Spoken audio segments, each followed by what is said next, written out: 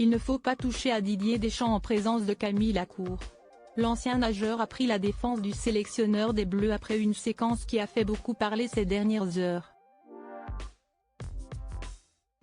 C'est une petite séquence totalement inattendue et qui a surpris tout le monde.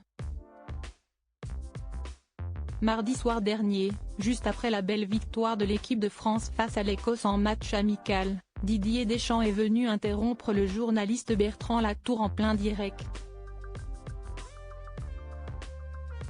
Un échange impromptu a alors eu lieu entre les deux hommes, principalement lié à la performance d'Eduardo Camavinga pendant la rencontre. Si le sélectionneur des Bleus a eu des mots forts, on a bien senti que cette passe d'armes entre les deux hommes était plutôt bon enfant. Malgré tout, ce petit moment de télévision n'a pas été ressenti de la même manière par tout le monde. Grand fan de football et ancien nageur de talent, Camille Lacourt n'a pas franchement apprécié l'attitude de Bertrand Latour et il l'a fait savoir ce mercredi 18 octobre dans sa story, qui est à retrouver dans le diaporama, sur Instagram. Le compagnon de la belle Alice Détolénard s'en est pris plus généralement à toute la profession que représente le jeune journaliste et il n'a pas été tendre, saluant au passage l'attitude du sélectionneur.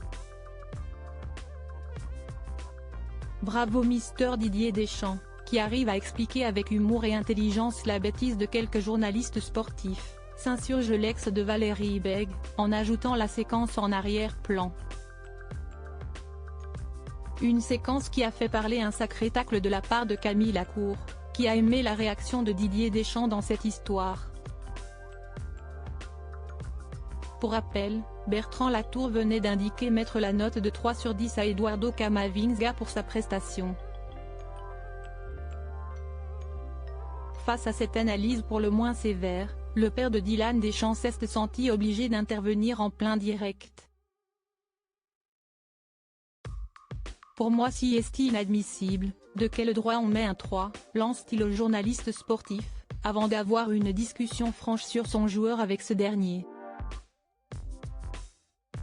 Une séquence qui a fait parler sur les réseaux sociaux et beaucoup ont salué l'audace du sélectionneur, qui n'a pas hésité à intervenir en direct pour défendre son joueur.